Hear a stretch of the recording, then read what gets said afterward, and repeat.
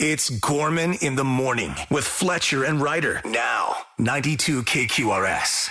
Gorman in the morning, Minnesota's 92 KQRS. Good Wednesday morning. It is March 4th. Fletcher is in the penalty box for a few days over at the Grand Casino Arena, working some boys hockey. Steven Hyden in his seat. Good morning, Steven. Good morning. Happy to see you as always. Ryder. ABS, man. Always be squirreling. That's what we do around here. We always be squirreling. We are a squirrely bunch, boy. Make no mistake about it. Wow. Right now, however, as I am feeling Minnesota, Ryder, if you would, please throw me some headlines. For sure.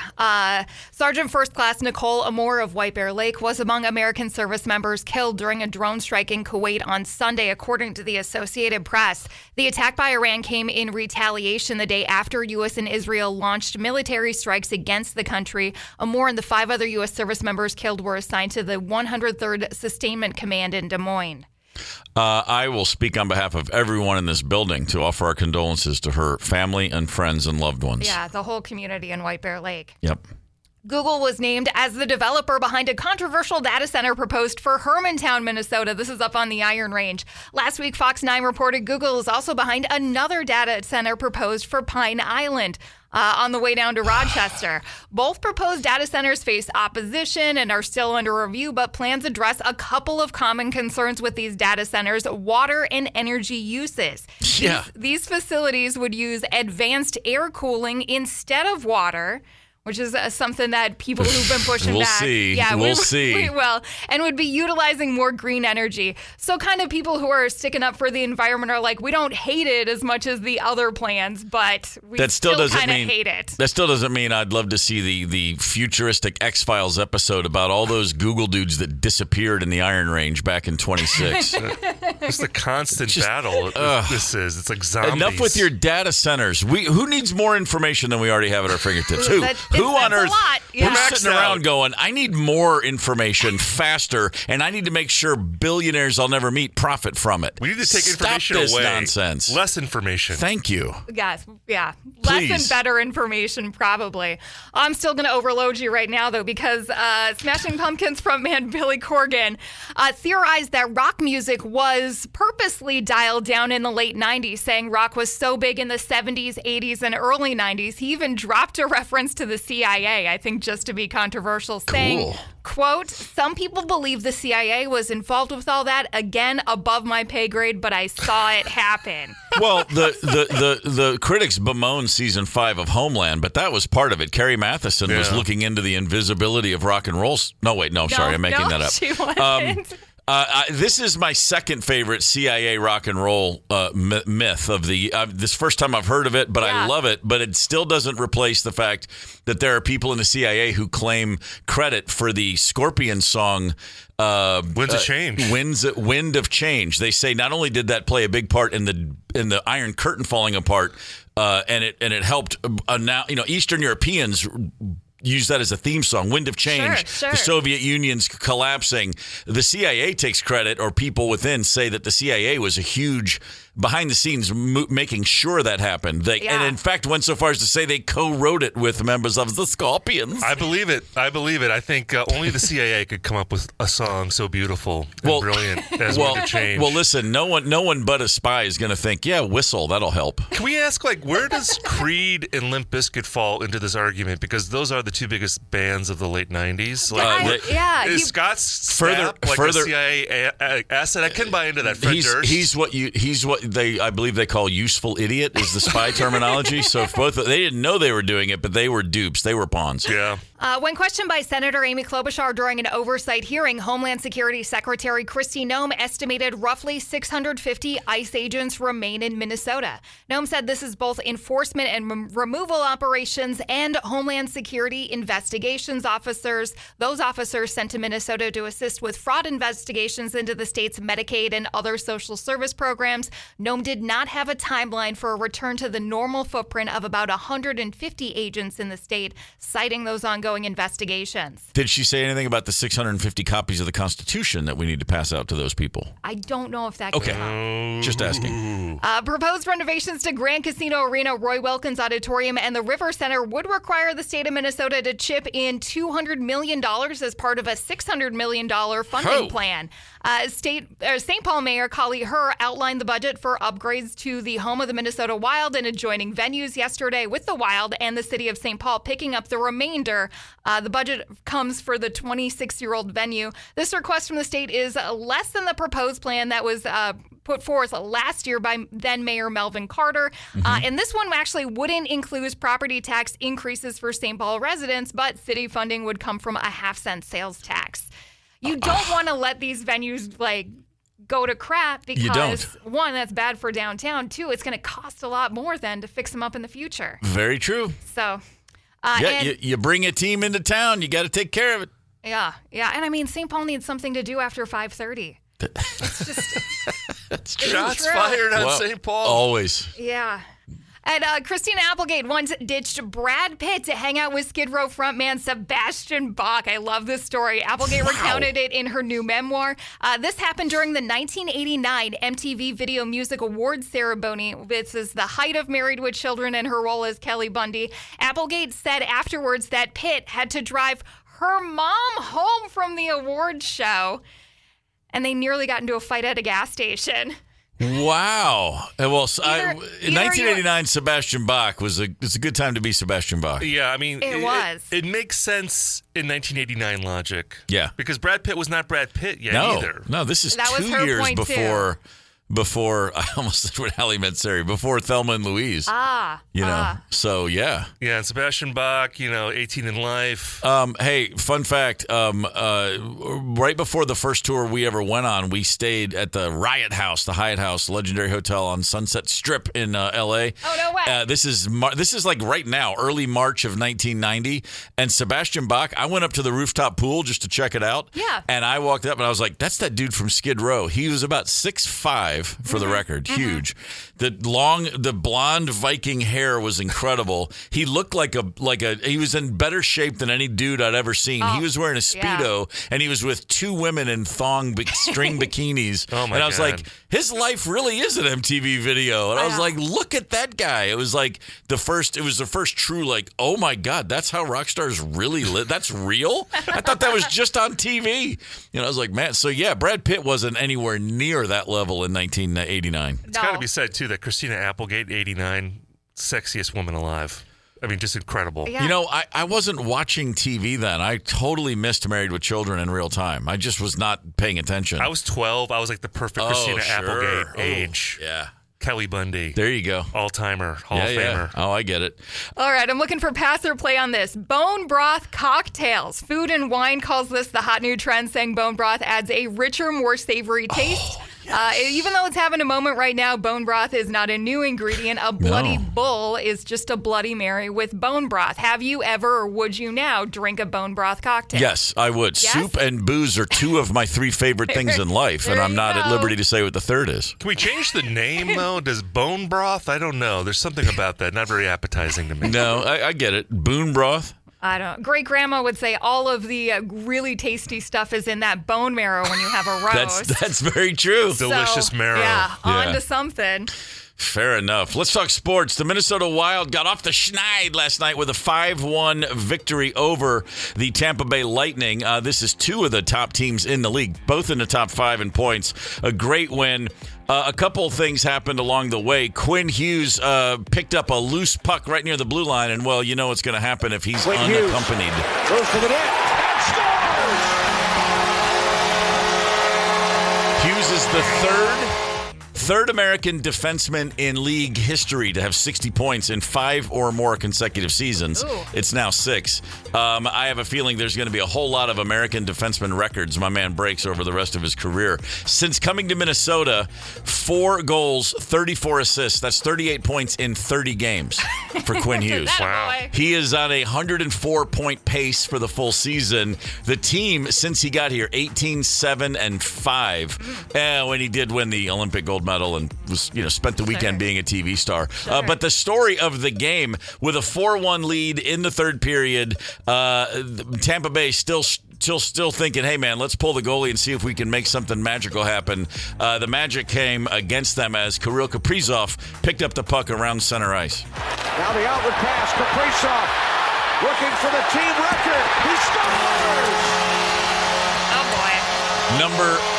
Goal number 220. That means he is now the all-time goal leader for the Minnesota Wild. 3 minutes, 19 seconds to go. Congratulations to Kirill Kaprizov. The Wolves had a nice win over Memphis last night, 117-110. Fourth quarter, it was a much closer game than you might have expected.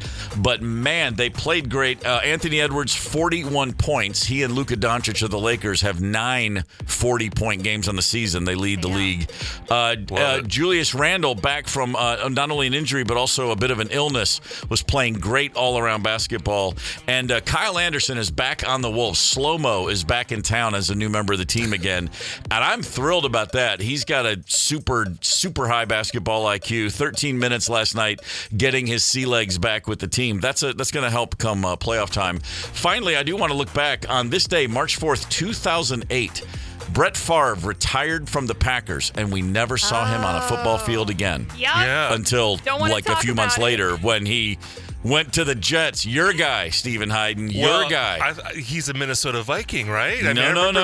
That wonderful game where the Vikings went to the Super Bowl, I think, because he played so well against the Saints in that championship game. Well, if there's one thing he did consistently, he went out in a blaze of glory by throwing balls to guys on other teams for both the Packers and Vikings in his final appearances. He won a Super Bowl with the Packers. That's all I know. The Vikings, I didn't keep too close a track of how he did there. But. Well, he's my world champion in fraud now. Well, when I see Vikings fans wear the Favre jersey, that's when I know, okay, you have no self-esteem. You've never seen a Vikings fan in a Favre jersey. I have. I did. I've seen. No, those were Packer fan plants. No. I've seen Minnesotans wearing the purple Favre jersey. No, those are Green Bay sleeper cells. You know it. No, they're Minnesotans with no shame. Mound, Minnesota. Glad to have you with us this morning, Mound. Hi, Mound. Gorman in the morning. Coming right back. 92 KQRS. Streaming from 92KQRS.com. Gorman in the morning is back. 92 KQRS. Gorman in the morning, Minnesota's 92 KQRS. Paul Fletcher's away on hockey duty for a few days, so Steven Hyden is in his seat for the first couple hours of the day today. Guys, British Columbia, that would be your west coast province of Canada. That includes Vancouver Island, the city of Victoria out there, all those many, many, many islands off the coast. As beautiful a part of the world as you could ever imagine. It's great. And now even more beautiful because British Columbia has said, hey, this whole clock changing thing, we're going to do it this weekend. We're going to move our clocks ahead, and then we're done. We're sticking to one time zone, to one time year round. Okay. That's it. This Sunday, appreciate it. Enjoy spring and forward because it ain't happening again. To which I say, bully. Am I going to be the guy that has to defend daylight savings time? I believe you and Ryder can ride daylight savings time. You guys can ride roughshod over me right here. I feel like it's been fashionable now to knock daylight savings time, but when you get to the winter time, do you really want it to be dark at 8 o'clock in the morning? Like, do you like that? Selfishly, doesn't matter because I'm here at that time of day, and I never know what time the sun comes up. For the rest of us who don't host morning talk shows, though, I think it's nice to wake up and not have it be pitch black until you're at work. If you're not hosting a morning talk show, are you really doing anything? Well, we all want morning talk shows. That's why I'm here. Okay, I want my own morning talk show. Okay, right. I have to wait for someone else to be to be on vacation. That's how I can get my shot. I get it. I appreciate you putting your toe in the water. But until then, I want daylight savings time. I don't want it to be the dark ages. Okay, so basically, you're at the range right now. You're just hitting a bucket of balls, waiting to work out that slice. I'm driving my kids to school. And you wouldn't be able to do that at a certain time of day if we didn't set the clocks back. That's what you're telling me. I'm driving my kids to school. I'm out in the world. I don't want to feel depressed depressed. It's very depressing in the wintertime if it's dark. Ryder, go ahead. Unload. This is the dues we pay for those late, amazing summer nights, is flipping the clocks around. The Vancouver or British Columbia is going to regret this. I predict it lasts 3 years, and then they start going back to flipping back and forth. Wow. What are you doing about the Canucks games? You're just going to be in a different time. Are they going to start at 10 p.m. our time? No. What does that have to do with it? Who's watching the Canucks in Minnesota? Nobody. When they play the Wild. Oh, I see. Oh, well, okay, I guess that'll impact certain things like that. But so let me get this straight. The summer month. So okay, if we didn't set the clocks back, if we just left them where they are, standard time. This is standard time right now. I always get this backwards. So if this is standard time. If we didn't move our clocks ahead, then we would be having like summer sunsets around 8 or 8:30 as opposed to 9 or 9:30. And then that sunrise probably before 4 a.m. The 4 a.m. sunrise in the summer. Okay, I could see how that could. But again, I'm up anyway. I love to see the sun when I first wake up. So this is like a Steve Gorman-centric argument. Yes. Oh, for sure. It's not about the rest of the world. No, it's about Steve Gorman, how he lives. No, empty nester doesn't impact the kids for school at all. My kids are in their 20s. They can struggle on their own with setting the clocks back. So I agree with you that it's good for Steve Gorman. For the rest of the world, though, I think it does have some... Look, it's annoying as a parent because when you have kids and then you have to set the clocks ahead, they lose the hour of sleep. Sure. And for a week, it's a little weird. Hey, for a week, it messes. Here's actually my beef with it, because I used to roll my eyes when people would complain. And then I noticed over the last 10, 12 years, it throws me off for a solid week. I mean, my sleep isn't, it does. I'm like, just go to bed an hour earlier. It's like, I tried. It doesn't work. And I'm old and grumpy and, hopefully, I have learned that drinking my way through it doesn't help. So maybe this week, or is it this weekend or is it the? Yeah, it's Saturday night into Sunday morning. All right. You know what? I might go ahead and just set my clocks ahead now and get the jump on things. And so I'll just say I got to go to work at 7 instead of 6. Maybe, ease into it. It's like jet lag. Just want to be an hour ahead, a little bit better every day. Yeah, just pretend that you're in a different place, that you've gone to the East Coast. And it's exciting that you're jet lagged. I've spent years of my life pretending I was in a different place. That'll be the easy part. Yeah. Pretend you're in New York. Get yourself a slice. It's all good. It's all good. There is a new documentary out right now. Baz Luhrmann, the filmmaker, has got a movie about Elvis Presley in theaters. I've not seen it, but Steven Hyden, you thankfully have. Yeah, I saw it in IMAX, which is how you want to see Elvis. I think that's true. You got to see him larger than life, and this is him in the early 70s, so he is larger than life in more ways than one. Right. Wearing the white jumpsuit. It's a great movie to see in the theater. Elvis died before I was born, so I never got to share oxygen with the king. But I've always loved Elvis, and I've always been fascinated by him. Mm-hmm. Elvis does this thing. I don't know if you've seen like a lot of live Elvis stuff, but he always does this thing like where he'll sing a song and like he'll crack a joke in the middle of it. Yeah, sure. Like he never totally is serious singing. Yeah. It's very strange. Yep. It's a little disorienting watching the movie because he'll be like, "Love me tender." Oh yeah, right. And then he'll sing the song again. That's the best Elvis I've ever heard in my life. He'll just kind of do commentary on his own song as he's doing it. But one of the most beautiful men that ever lived. Like even at that point when he was in his mid-30s, and he was still slim at the beginning of that Vegas run. Sure. I'm a heterosexual male and all that stuff, but I look at him and I'm like, I see why women would just want to make out with him all the time. Yeah, he was such a good-looking guy. Yeah. So charismatic, great voice. I remember. See, I remember very clearly late stage Elvis. I was 12, so I was paying attention. I had an Elvis record, the Elvis Golden Hits, like the greatest hits, was in the house. It wasn't mine, but it was in the house, and I would listen to that stuff when I was a kid. And I was a Beatles fanatic, and they loved Elvis, so therefore I had to like Elvis. That was how I saw it.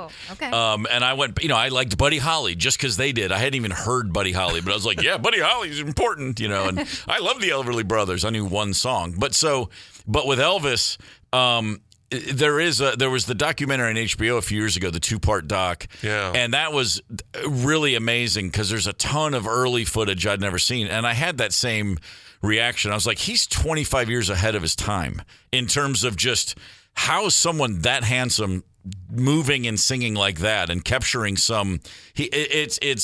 there was hype, but the hype was based on something that was incredibly real. Like the guy just had sparks flying out of him at all times, at a time when nobody was, like the whole thing. You think about it now, they wouldn't show his hips on Ed Sullivan. Yeah. Like that's a real thing. They were afraid for America to see this guy dance. And you kind of get it. Because he does have, again, there's an intangible thing about him. Yep, that's it. Because he didn't write his own songs, and he wasn't as innovative musically as some of the people that came after him. Sure. In a way, but then the star power that he had, I think, is still something that we can appreciate years later, and I think that's what is good about that documentary. If you're wondering, why do people care about this guy? Yeah. Watch that movie and you see, oh yeah, he's got that thing. My name drop for the segment is when we were touring my former band, the Black Crowes. When we were touring with Jimmy Page, I said, "Hey, you guys met Elvis once." He goes, "Oh yeah."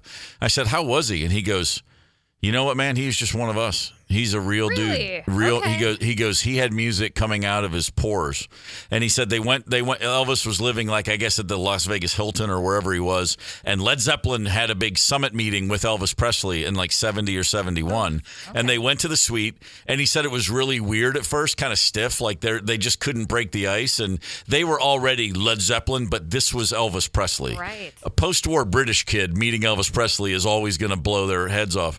And he said there was just like 20 or 30 minutes, like it just kind of stilted. And then Bonzo finally said something about that car you were driving in that one movie was cool. And then Elvis was like, "Oh, you like cars?" And it just broke the ice somehow. And he said before long, Elvis was sitting at a piano playing, and they were all singing gospel songs together. Oh, cool. I mean, wow. Led Zeppelin and Elvis singing gospel around a piano. And he said Elvis was playing.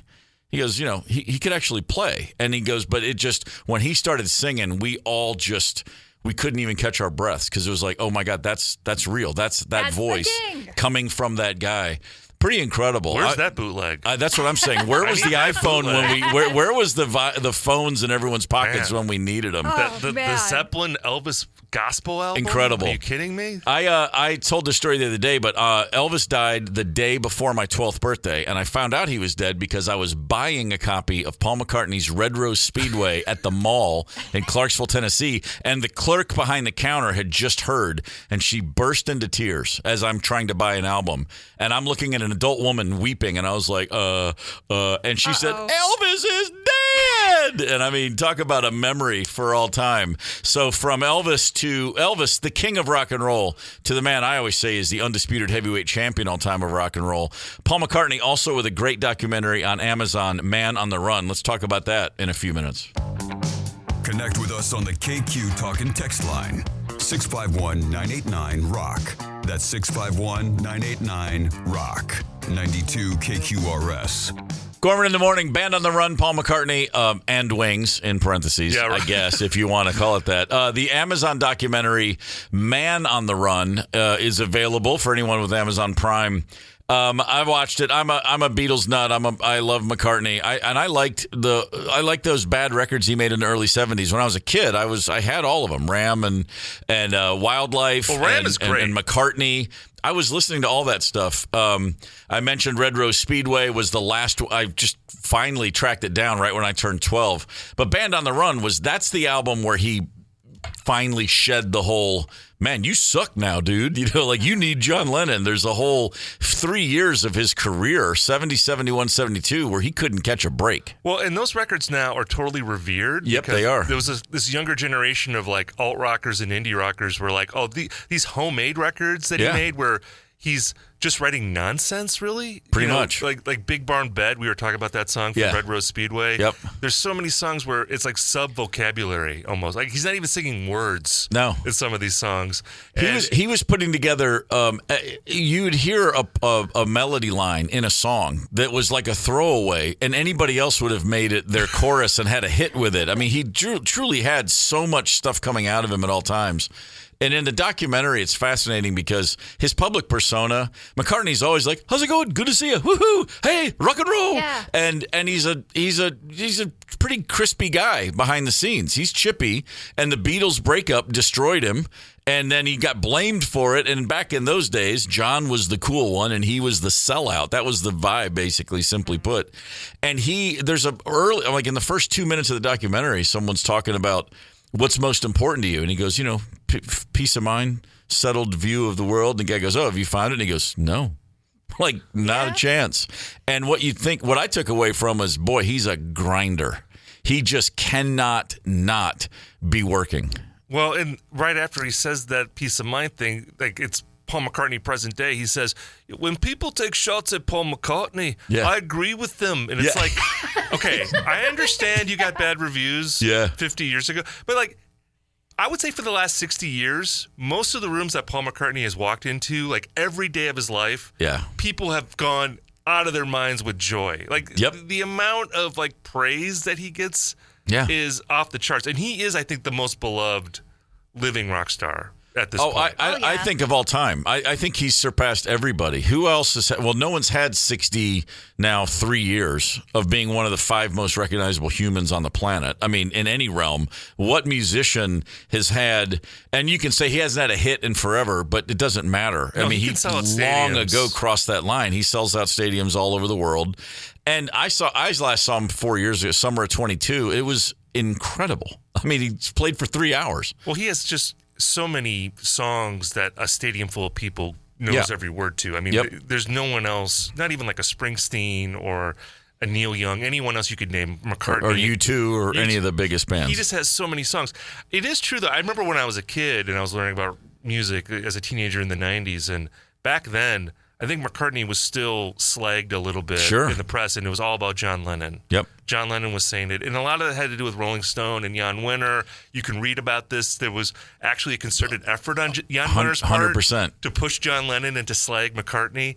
And so I think that was real. But it's funny watching this movie, and you see, like, oh, yeah, McCartney still cares that he was right about Alan Klein, their old manager, being a crook. And he's like still arguing with John Lennon about this. Or like he wants to still set the record straight that like I didn't break up the Beatles. Like no one cares about this anymore. Not anymore. They did in the early 70s. They did, definitely. Now, I'll say this about John Lennon, who I also revere. Like most narcissists, he's easy to take advantage of. If you praise him, he's like, that guy's awesome. And McCartney never. But, I mean, if you praise McCartney, he's like, what do you want? And Lennon's like, Alan Klein's a genius. He wrote to Yoko, so I signed with him. I mean, it's like, Lennon, there's a lot of people getting in Lennon's orbit, and he's like, yes, give him the keys to the car. And it's like, dude, you're being taken advantage of. And McCartney, to his credit, was always like, just write another song, man. Well, come on. It does go to show, because Lennon, sadly, was murdered when he was 40 years old, and I think that sainted him to some degree afterward. Of course it did, sure. But now McCartney, because he's survived, I think that's helped him in the long run. Because you have all these generations, like you said, they go see him play live. Well, you're blown away by it. So if you're a teenager, if you're 80 years old, I mean, so there's anybody can relate. This documentary opens, and it says, like, November 1969, the Beatles, John Lennon has quit the Beatles. Paul McCartney is 27. It's you have left the Beatles are done, and you're 27 years old.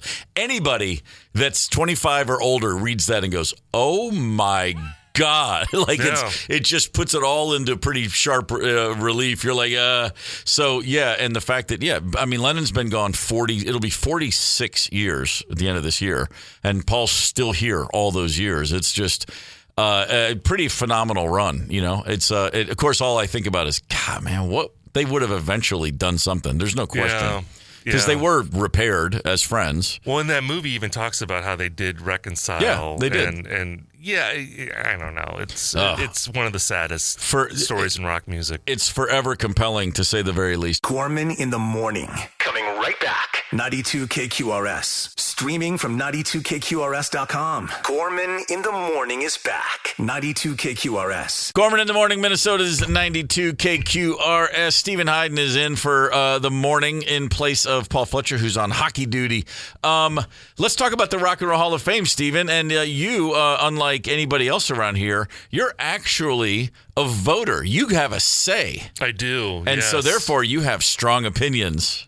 Yes, and like every election I vote in, that's right. The choices sometimes make me sad. Sure. Wow. Sometimes you have to, look, let me just say the Black Crowes, I'm thrilled that they were nominated again, and I will be voting for the Black Crowes. I will announce that. I wasn't even going to ask. I wasn't going to ask you to divulge, but okay, I'll take it. I mean, come on. The bias, I cannot deny it. I have to vote for the Black Crowes for sure. And I can make an argument for the Black Crowes, but I'll refrain from that because I need to be negative here, I think. Okay. You want me to be negative, I think. I'm just looking at the fan vote leaderboard. Phil Collins is running away with the fan vote. Is there a Phil Collins anti-argument, or is he a shoe-in? What are your thoughts? I'm actually a Phil Collins fan. Look, this is my bigger argument about the Rock and Roll Hall of Fame. Okay. And we can walk through, and you can make a case for everyone, but there are so many great artists, rock artists, who have never even sniffed the Rock and Roll Hall of Fame. Mm-hmm. And we could even just go local. The Replacements. I agree. Husker Du. Basically bands from the indie and alt-rock world who maybe didn't sell a gajillion records, but I think we can say 40 years after the fact, very influential, very important. And here we are. We're out here nominating Pink. We're out here nominating Shakira. Yeah. We're out here nominating Mariah Carey again. Again, these are all good artists for what they do. But we're acting as though we've put in every great rock band already. And now we can forget rock and we can go. Yeah. There are so many great bands from the 80s and 90s who never get nominated, never even have a chance to be voted. Sonic Youth. One of the most important rock bands, I would say, of the last 40 years. Sure. Yeah. They've never been nominated once. Yeah, I had to look it up because I couldn't remember if Velvet Underground had gone in. They are in. They are in. But that's your canary in the coal mine. The Velvet Underground have still to this day, last I checked, sold about 1,200 records. Total. Like, no one owns those records except for everybody that started their own band and is a music critic. My point is they're incredibly influential, incredibly impactful, while not commercially successful in real time at all. Well, and so you've done it once. What about, like you said, perfect case in point, the Replacements? I mean, the Black Crowes don't exist without the Replacements. Neither do most bands that showed up along the way in the 90s. There was a handful of bands that every band you love from the 90s grew up in the 80s worshiping and taking pages from their playbook, and the Replacements are one of those bands. And look, I'm not naive. I know that the Rock and Roll Hall of Fame is a popularity contest. They generally go for acts that have sold a lot of, like, millions of records. I understand that. However, the Replacements, just to use them as an example, it's not like they sold 12,000 records. They have sold, I think, over the course of their career, millions of records. Yes. Yeah. So they are well known. And I'm just saying, nominate at least a couple of these every year. Don't act like we've put in every great rock band already. Right. And now we got to start putting Pink on the thing. And I'm sorry to take shots at Pink, but no, it makes sense. When there are so many great rock bands that do not even get considered. And again, there's bands from the 90s that have sold millions of records, tens of millions of records.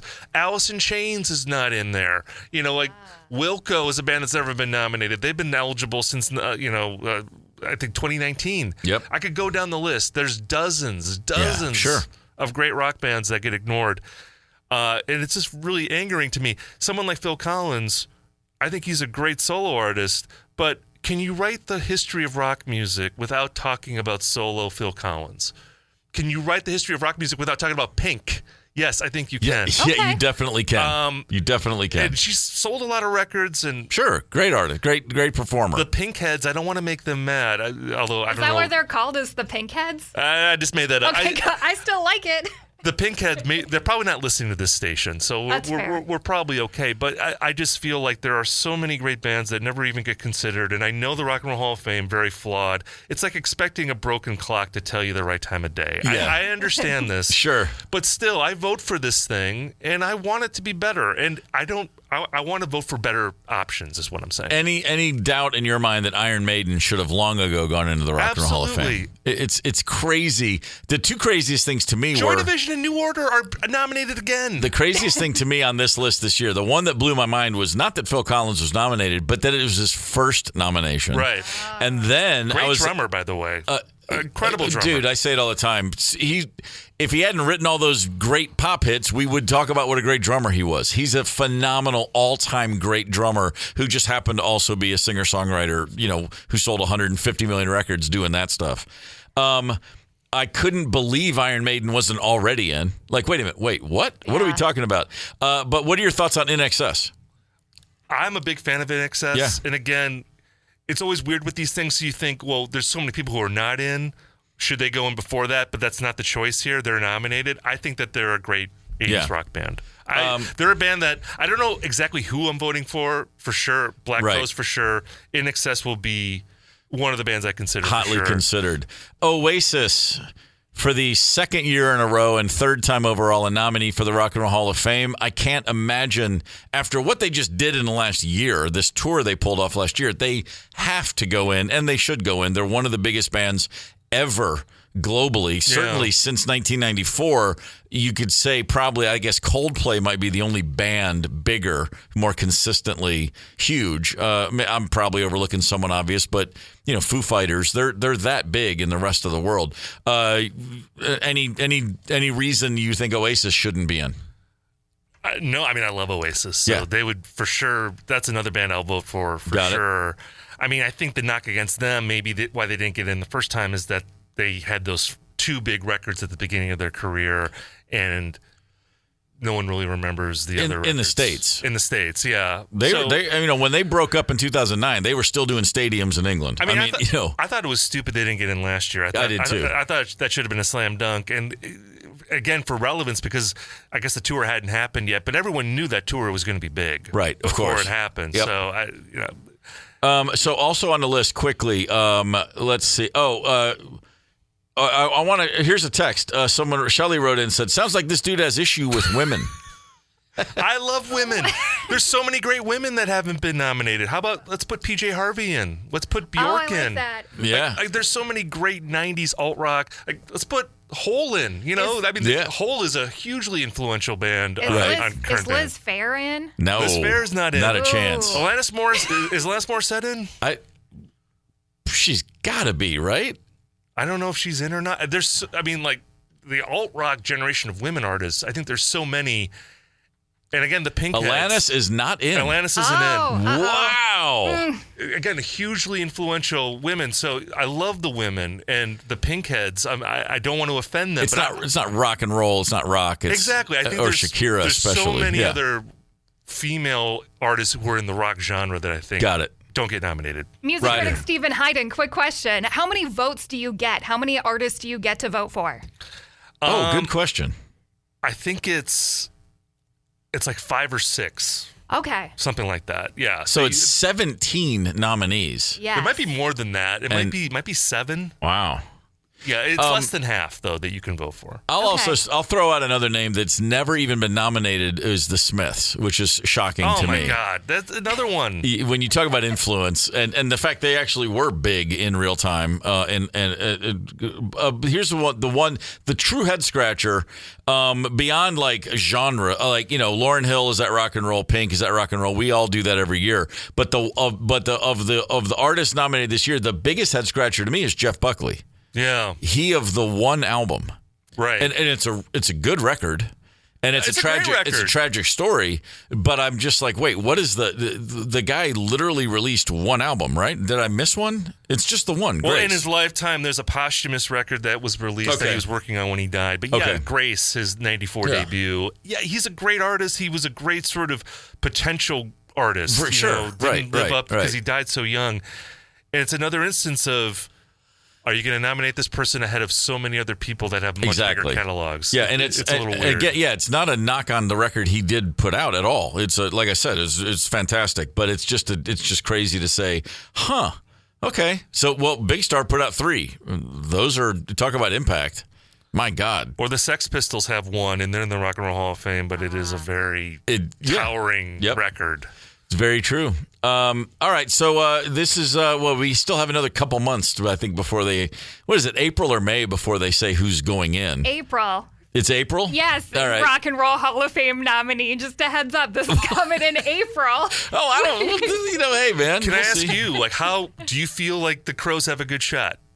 I don't. If we get in, I'll be thrilled. But here's what I think. If they're going to take 6 or 7, Phil Collins is going in, Oasis is going in, Iron Maiden's going in. Those 3 have to go in on this list. I don't know if you can guarantee that with this voting base. To me, I would weird voting base. See, I would just feel like those are no brainers, and those are 3. That's rock across the board. That's you could say Phil is bands. it, but you didn't say Billy Idol. That's right. I don't know yet. I just thought, it's but I'm just saying, if you're going to take 6 of these people, there's already 2 bands and Phil Collins, who's a rock guy, in the way. I don't know that's. I think they're going to spread the vote around. Like you said, it's a weird voting base. Who the hell knows? I say this sincerely, and every time I do, someone says, "Oh, you're just saying that." I can't believe we were even nominated. So I don't know how this works. Twice. No, trust me, it's shocking to me. The people are demanding the Black Crowes. Well, like you said it yourself, can you tell the story of rock music without this band being mentioned? And I look at it and I go, the heights of our commercial success came in, but there was Guns N' Roses, and then there was Nirvana, and in between there was the Black Crowes. But they got, it was like the Gunners were their thing and Nirvana was their thing, and we never reached either of the heights of those 2 bands. Like our in-between era for when we were the most commercially successful doesn't compare to the impact of Guns N' Roses or Nirvana. Yeah. So what's the story? It did for me, Steve. Shake your moneymaker. But what? Bought at Kmart on cassette.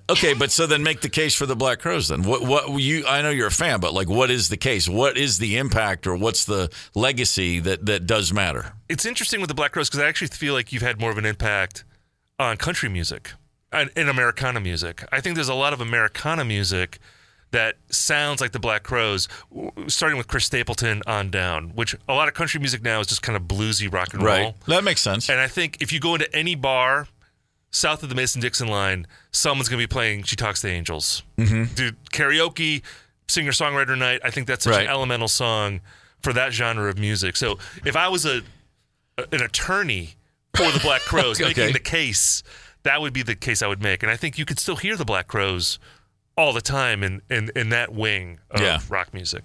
All right. Well, I'll take it.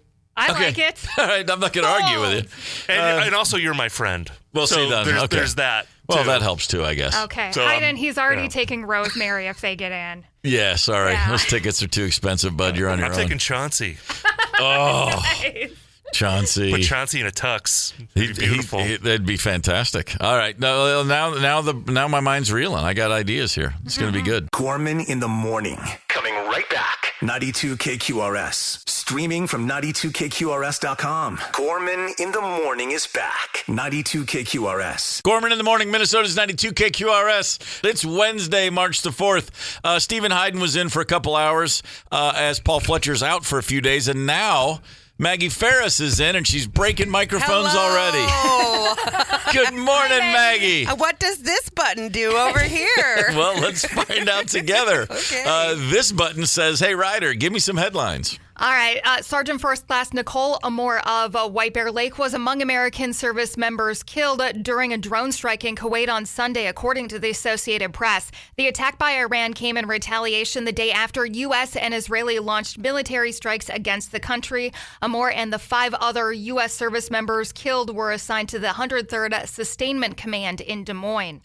To Nicole's family and friends, please accept our condolences. Mm-hmm. This is a tragic turn of events, and we're very sorry. Google was named a developer behind a controversial data center proposed for Hermantown in northern Minnesota. This is Iron Range area. Last week, Fox 9 reported Google is also behind another data center proposed for Pine Island, as off 52 as you're headed down to Rochester. Both proposed centers face opposition and are still under review, but plans address a couple of big common concerns: water and energy usage. These facilities would use advanced air cooling instead of the water cooling, so that solves the water problem if they can make it work. Say anyway. And would utilize more green energy. People who have been super against these are kind of like, we still hate it, but we don't hate it quite as much. Right. Put it right next to the nuclear power plant. Let's see what happens. Let's do it. Yeah. I just don't know why we need more data. We got enough. Apparently, AI is going to suck it all up. They need it to go. Well, they need our precious natural resources like air and water to take all of our jobs away. Yeah, data is like the blood of fake people. Yes, it is. That's it. Oh, man. And Smashing Pumpkins frontman and wrestling aficionado Billy Corgan theorized that rock music was purposefully dialed down in the late 90s, even dropping a reference to the CIA on his podcast saying, quote, "Some people believe the CIA was involved in all that. Again, above my pay grade, but I saw it happen." This is a weird one. I don't know about that. I think they were just following the money. I mean, rock did peak in the early 90s. Sure. I mean, if you look back at it. Do you think rock's over? In 1991, we've talked about this, in the span of like 6 weeks, Chili Peppers, Blood Sugar Sex Magic, Metallica Black Album, Use Your Illusions 1 and 2, Nirvana Nevermind, Soundgarden, what was it, Bad Motorfinger, one of them. Like all these records that all are ginormous came out within the same 6 weeks of each other. And that was the true commercial apex of rock music. Sure. Like at no point in the 70s or 80s had that many records been sold. So it was, you're obviously just you can't maintain that. You can't sustain it. Mm-hmm. And then it went down the hill. And then the problem is grunge was so big. And then when it stopped, it was replaced with all that new metal and new metal, Limp Bizkit and all that stuff showed up. And that there's no legs or staying power with that kind of music. It wasn't about the song. It was about the vibe and the attitude.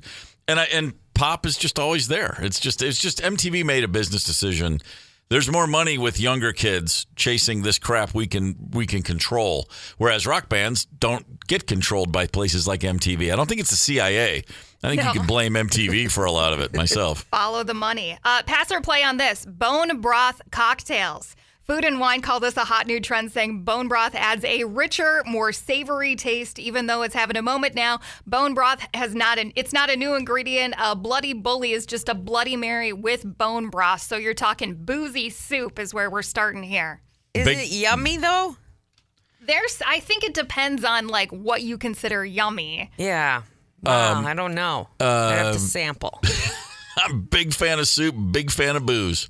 So I have a lot more soup than booze these days, granted. But Mix them together. I'll try it. Yeah. You know, it's just it's a slippery slope. Is it supposed to be better for you, or is it just an interesting taste? The marrow or whatever. If you need the protein, I guess it's supposed to be better for you. I mean, you're already starting with a Bloody Mary, so you got all your vegetables. Yep. Now, I might have just scanned the Cliff Notes, but basically the world of nutrition has told me for the last 3 years, just eat protein, Steve. That's all you need. Or just spike your soup.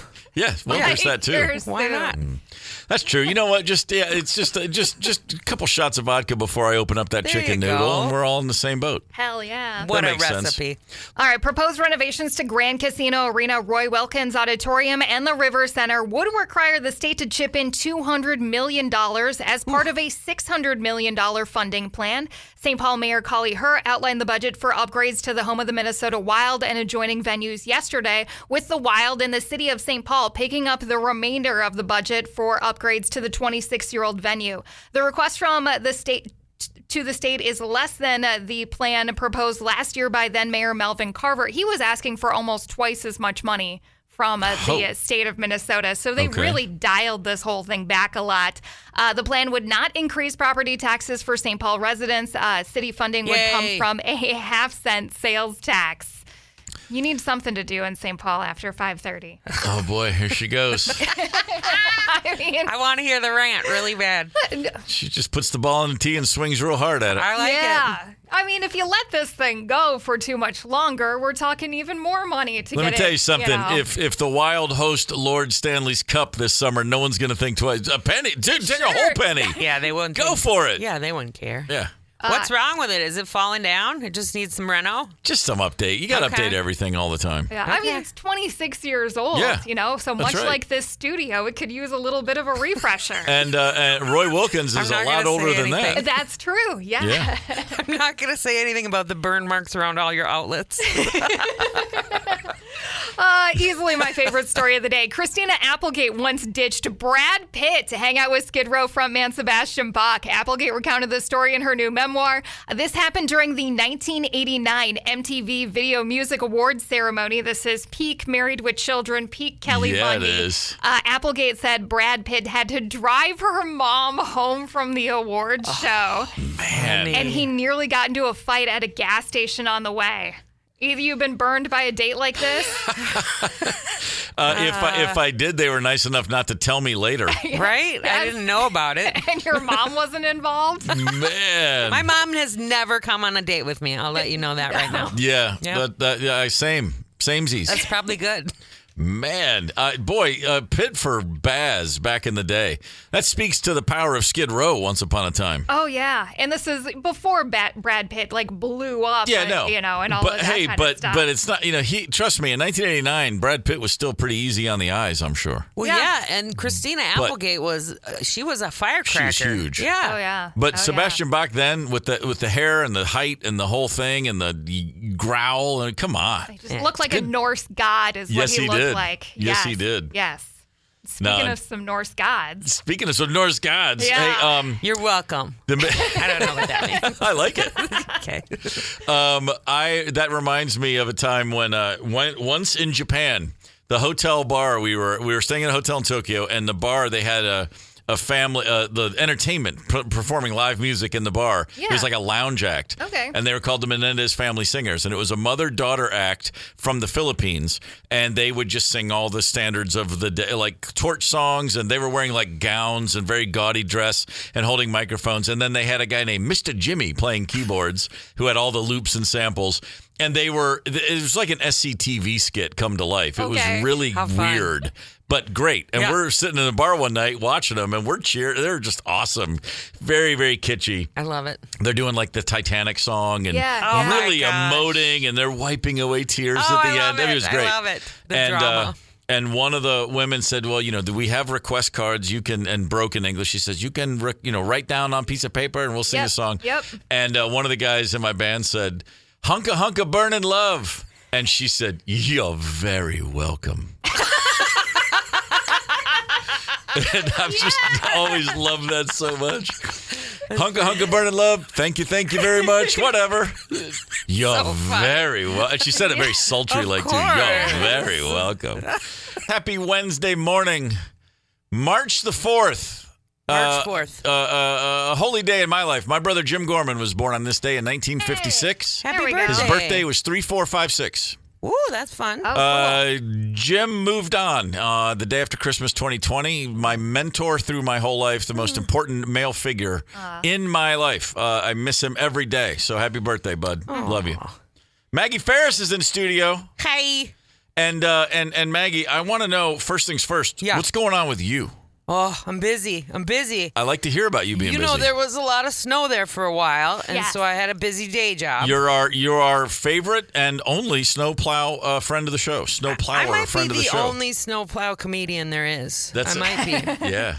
But yeah, so a lot of snow. It's kind of dying down now, which I enjoy. I can't wait for spring. And then I'm doing tons of comedy. I'm at Running Aces on Saturday, but the first show is sold out, so quick buy tickets to the second one if you can. And then we're doing a live podcast at Urban Growler on Sunday, March 22nd from 5 to 7. Is the live podcast the I like your reaction to that. Running Aces is what night? Running Aces is this Saturday night. This Saturday night. Yes, sir. First show sold out. Get tickets to the second show. Yes. Okay, that's awesome. And then? Is the live podcast the Big Labia Energy podcast? Correct. Nice. That is the name of our podcast. This will be our final episode in season 3. Oh, cool. Yeah. Fair enough. Yeah. Man, and then my busy episode gal. of Comics Unleashed is coming out maybe next week or the week after. I was going to ask you. You and I were in Los Angeles at the same time. I wanted to you go were too busy. so bad, but we were filming and it went really late. I was playing the Dean Del Rey AC/DC thing, and Maggie was in town deal. shooting a TV show, the Bon Scott Show. Yeah. And for a hot moment, it looked like Maggie was going to make it, but couldn't do it. I was going to make it, and then I did not make it. I'm sad. But you're here now. Yeah, I am. Hi. And that's a beautiful thing. Yeah, we're having fun. Maggie Faris is hanging out in studio with us. Extreme Maggie. Gorman in the morning. That's right, Maggie. Gorman in the morning. Yes. It's time for a bargument, by God. We describe a bargument as an argument you'd make in the bar after you've had 3 drinks. But you got to hold you can't be talked off your perch here. You got to care. British Columbia, Maggie, you're familiar with the Canadian province to our left. Certainly, yes. Way out west. North and west. North and west.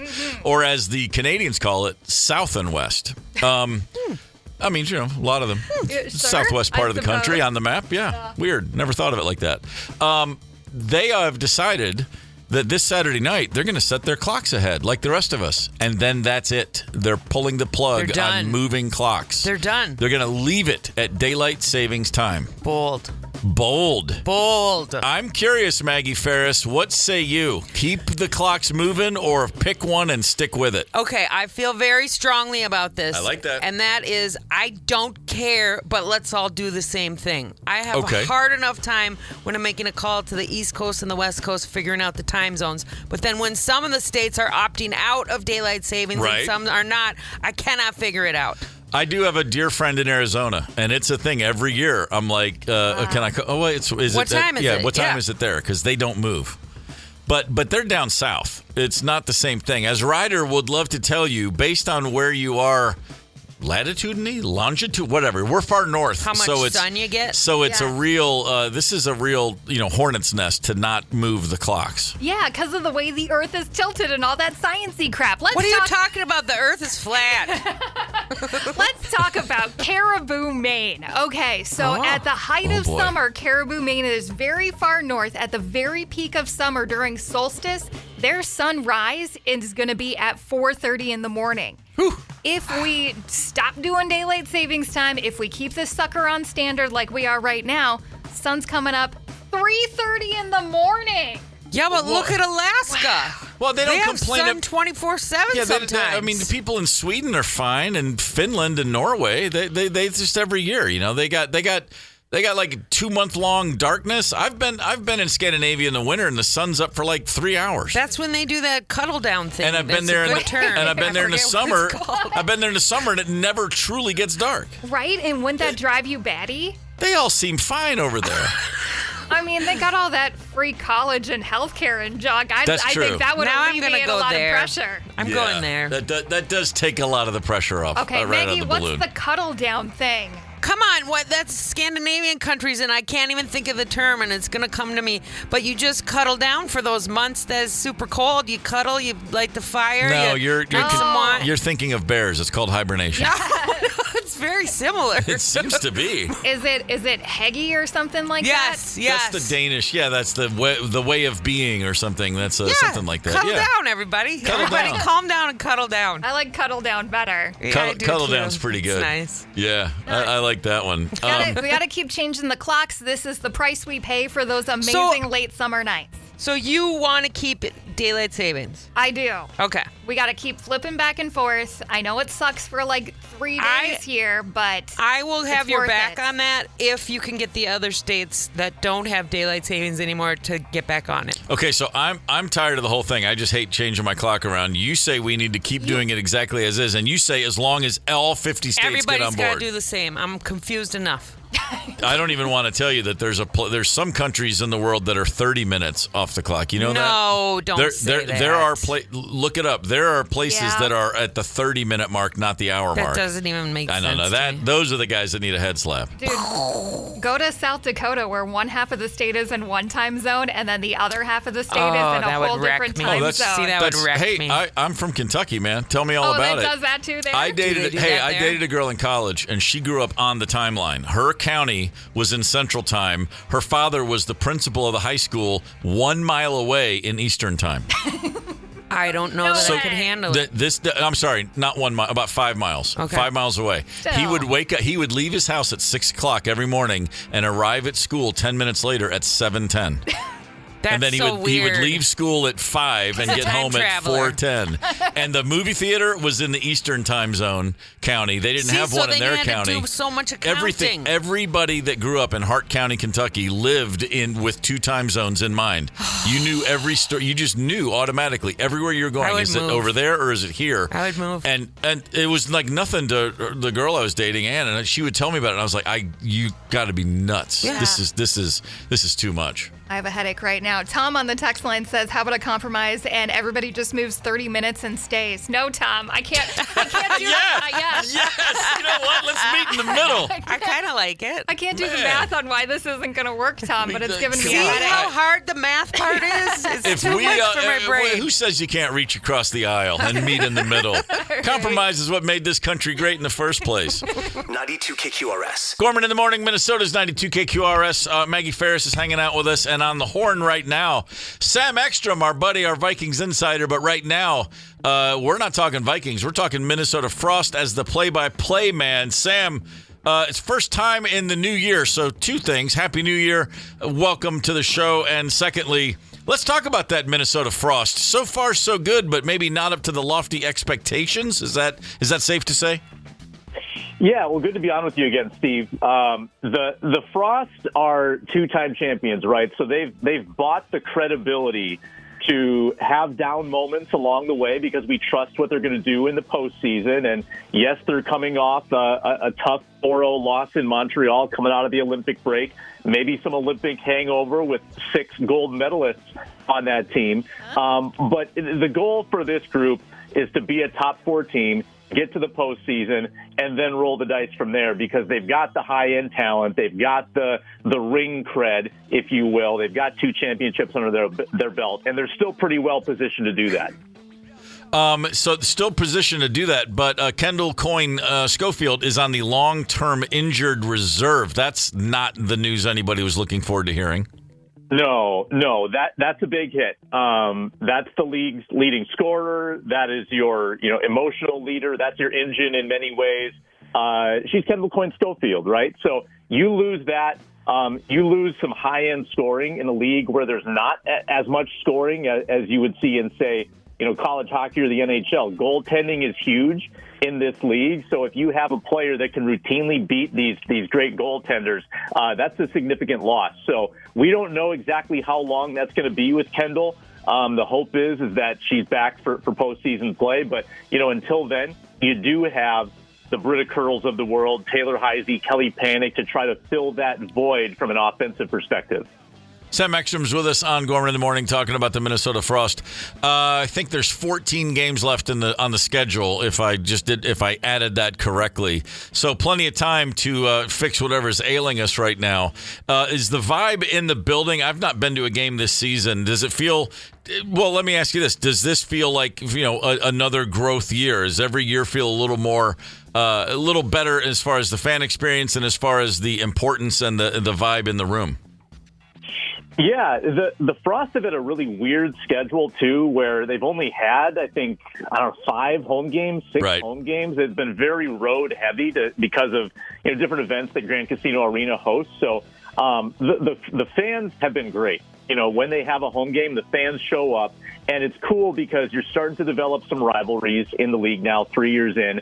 There's now a greater familiarity, not just with your own players, but the players on the other teams, too. So I think that fan education is really increasing.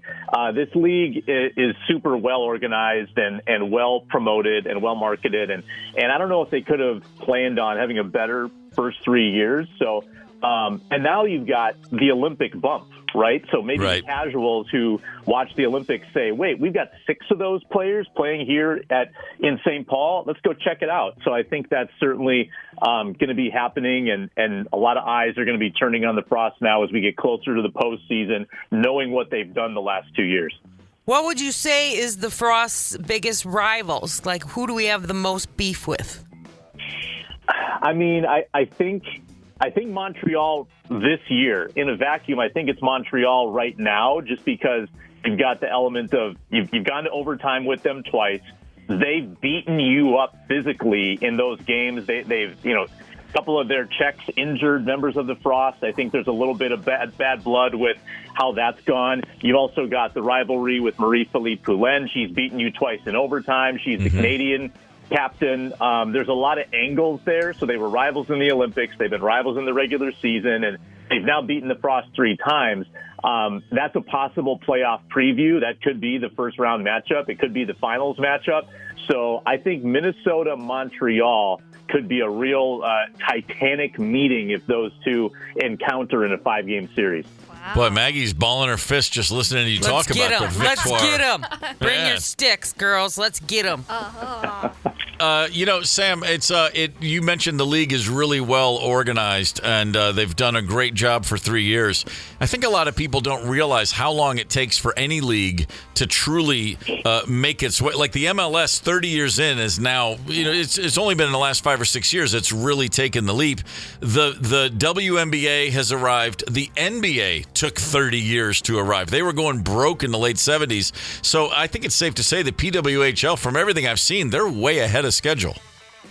Yeah, I think there's a real appetite for this. I think that there's been this, again, coming back to the Olympics, you see these athletes compete every 4 years, and then because the leagues they were playing in were small, there wasn't a lot of money behind them, the venues were small, I think they kind of went off the grid for 4 years, and now they're playing in these elite venues. They've got great TV partners, and they're going to these other cities in what they call the takeover tour. So you have two teams, they'll go and play in a market that doesn't have a team, and they're filling those buildings. Like they went and they packed the Washington Capitals arena to play a game in Washington, and the fans are chanting, "We want a team, we want a team." There's a real appetite to expand. So I think that the 8 teams they have now, that's not a permanent number. That's going to increase down the road. And I think this thing is just going to keep on growing and growing. And you look at what Vancouver is doing in their first year, they're drawing unbelievably well in their inaugural season. So the momentum is really, really good. Sam Ekstrom, it's always a pleasure to talk with you. I got to ask you one quick Vikings thing. Yes. Who's the starting quarterback this season? Oh. Quick. I said quick. I said quick. Kyler Murray. Oh, my God. He actually said Kyler Murray. Wow. All right. I can't wait to expound on that over the summer, man. It's always a pleasure, Sam. Thanks so much. Appreciate you. Thanks a lot. See ya. Gotta love a guy who, spends the football season diving in, digging in deep with the Vikings, and he's like, oh, the Frost play-by-play, let's roll. Mm-hmm. Damn straight. All right, I got to get to a Frost game this year. Haven't been yet. Oh, yeah. Got to do it. Yeah, I haven't stuff. either. Yeah. You can hang out in the KQ suite, too. I know. Yeah. I went. Yeah. All right. Can you hang out in the KQ suite? Oh, Steve can. Oh. Fair enough. I understand. Maggie, I know some people that can help you get in there. All right. That sounds good. We can probably make that happen. Let's talk after. Let's do it. We'll talk later. Yeah. All right, Gorman in the morning. We're back in just a few. It's Gorman in the morning with Fletcher and Ryder, 92 KQRS. It always cracks me up at the end of Paradise City from Guns N' Roses when Axl Rose, before Baby, he goes, yeah, baby. It's like when you just isolate those things, it's like, really? But it makes perfect sense in the song. It's like, yeah, baby. Rock and roll, baby. It's like the if you get the Doors live album called just The Doors, I think it's Alive, from back in the day. They're playing 5-1, baby, 1-5. And at some point, Jim Morrison just screams, he goes, all right, okay, all night, all day. Yeah. And I'm like, that's great. That's, I don't know how, but that's rock and roll in its entirety. Rock and roll right there. Straight. Hell yeah. We've just narrowed it down to what it is. Absolutely fantastic. Maggie Faris is hanging out. Hey, when are we going to see you again, Maggie? Well, let me tell you, this Saturday I will be at Running Aces in near Forest Lake. There's a billboard up with my face on it that people drive by. Yeah, that's very cool. I know, it's weird though. They'll call you, I saw your face on a billboard. I'm like, well, come to the show. Yeah. We're also you can see my face in the same room, right? I'll smile. We're doing a live podcast at Urban Growler Sunday, March 22nd, 5 to 7. Mm-hmm. It's the finale to season 3 of the Big Labia Energy podcast. Mm-hmm. Okay. And then look for my episode of Comics Unleashed coming out. It's on after Colbert on CBS. I don't even know if I can watch it because it's on so late because I wake up early. Yeah, you do. It should be on in another week or so. We all do. Whatever. Yeah. All right. Well, you know what? Let's, when we know when it's going to be on, make sure that we know so that we can tell everybody. A little message. Hell yeah. And then follow me on all the crap for Extreme Maggie on everything. Extreme Maggie on the all socials. the crap. Do your job. That's Maggie's doing her job. The least you can do is your job and follow her on all the socials. She's on billboards. She's in comedy clubs. She's got Big Labia energy. She's Maggie Faris, and we're always happy to have you. Thank you so much for having me. You guys are always a delight. I love it. Today's last word. Let's hear it. Okay, first things first. 165 years ago, on this day in 1861, our 16th president was inaugurated, Abraham Lincoln. He had about a month before the firing on Fort Sumter. He was president for a month before the Civil War broke out. So safe to say he was in over his head real fast. Yeah. But right before that kicked off, on this day, he was inaugurated, and his inauguration speech included the following, which I think is worth repeating here in 2026. Okay. We are not enemies, but friends. We must never be enemies. Though passion may have strained, it must not break our bonds of affection. The mystic cords of memory, stretching from every battlefield and patriot grave to every living heart and hearthstone all over this land, will yet swell the chorus of the Union when again touched, as surely they will be, by the better angels of our nature. Wow. Words for a country about to break in half. Damn. Words that always make sense to me. I'm going to set that up as our bounce back message on the Luther Westside Volkswagen Talkin' text line. I like it. The better angels of our nature indeed. Uh-huh. Tomorrow on Gorman in the Morning, Steven Hyden's going to swing by for a couple hours again. And then Wendy Mayberry, a very funny lady. I haven't seen Wendy in a bit. She's going to stop in as well. Stoked. Very stoked. And lawyer Ryan Gary is going to make an appearance for the first time. We're going to get some questions answered. Yes. Legal questions we all have. Yes. Yeah. Fire them our way now. 651-989-ROCK, the Luther Westside Volkswagen Talkin' text line. We'll save them. Be listening tomorrow morning. We'll get to what we can. What do you want to ask a lawyer? We're going to provide you with that service. And if the question is, how realistic is LA law? Bring it on. I've been wondering about that myself for 40 years. Here's good news. Speaking of the better angels of our nature, Lisa Miller is up next. Right on. We'll be back tomorrow morning. See you then. Gorman in the Morning is also Gorman on the go. Get the 92 KQRS app and stream live or catch the Gorman in the Morning podcast anytime. 92 KQRS.